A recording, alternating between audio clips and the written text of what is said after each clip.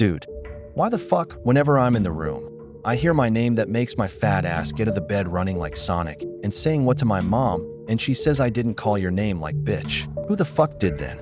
Is a ghost in my house, or is it my fucking imagination? Because dude, I am not playing a horror game. And is my fat ass brain that is making that noise like if it's possessed? Like dude, I didn't know that a brain can make a noise. Like I know all my body parts can, but dude, a brain is crazy. Like is acting like if is a skinwalker dude. Okay, bye.